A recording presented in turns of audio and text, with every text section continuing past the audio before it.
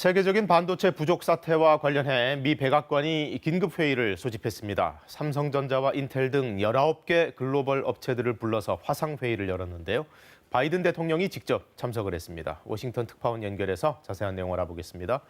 김양순 특파원, 반도체 미중 전쟁이다 이런 말이 나오고 있는데 이번 회의에서도 중국과의 경쟁 상황임을 강조하는 발언이 있었죠? 네, 바이든 대통령 중국이 반도체 굴기를 위해서 얼마나 막대한 돈을 쏟아부었는지 아느냐라는 이런 편지를 미 의회로부터 받았다라고 소개하면서 말문을 열었습니다. 반도체와 배터리 투자에 중국은 머뭇거리지 않는다.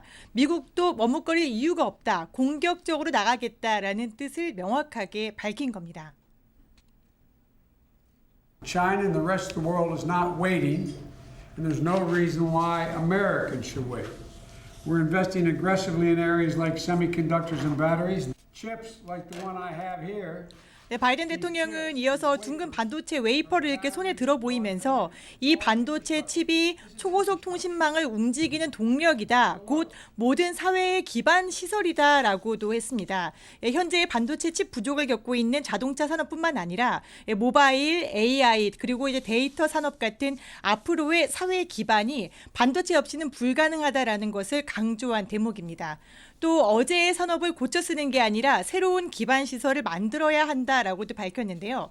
그렇게 해서 21세기형 사회 기반을 만들어야 미국이 계속해서 세계 경제를 이끌어 나갈 것이다라고도 강조했습니다.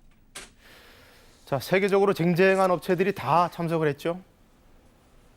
네, 백악관이 반도체 회의 참석자 명단을 제공했는데요. 삼성전자와 대만 TSMC 등 반도체 파운드리 업체와 포드, GM 같은 자동차 업계 그리고 구글, 인텔 등도 참석을 했습니다.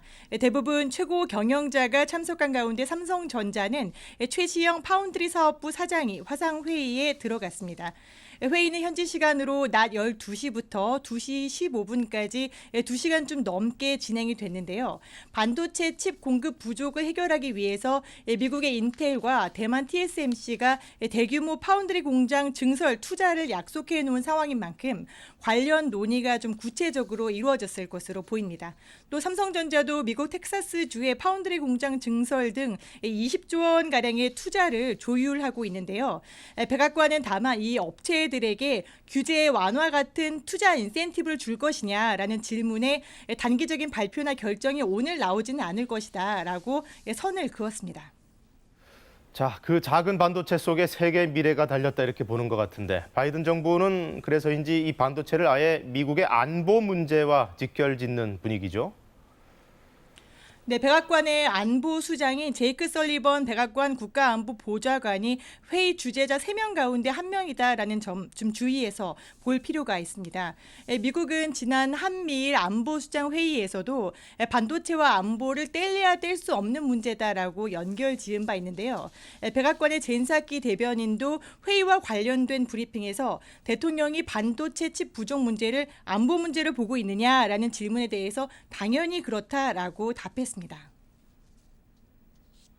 We're engaging with industry, as is evidenced by the meeting that's taking place shortly, later this afternoon, as well as our international partners to ensure that American companies are operating on an even playing field. 네, 이 발언 상당히 함축적입니다만 이 아메리칸 기업, 즉 미국 기업들에게 평평한 운동장이 되기 위해서는 삼성전자나 TSMC 같은 동맹국들의 조력이 상당히 필요하다라는 얘기로 들립니다. 지금까지 워싱턴에서 전해드렸습니다.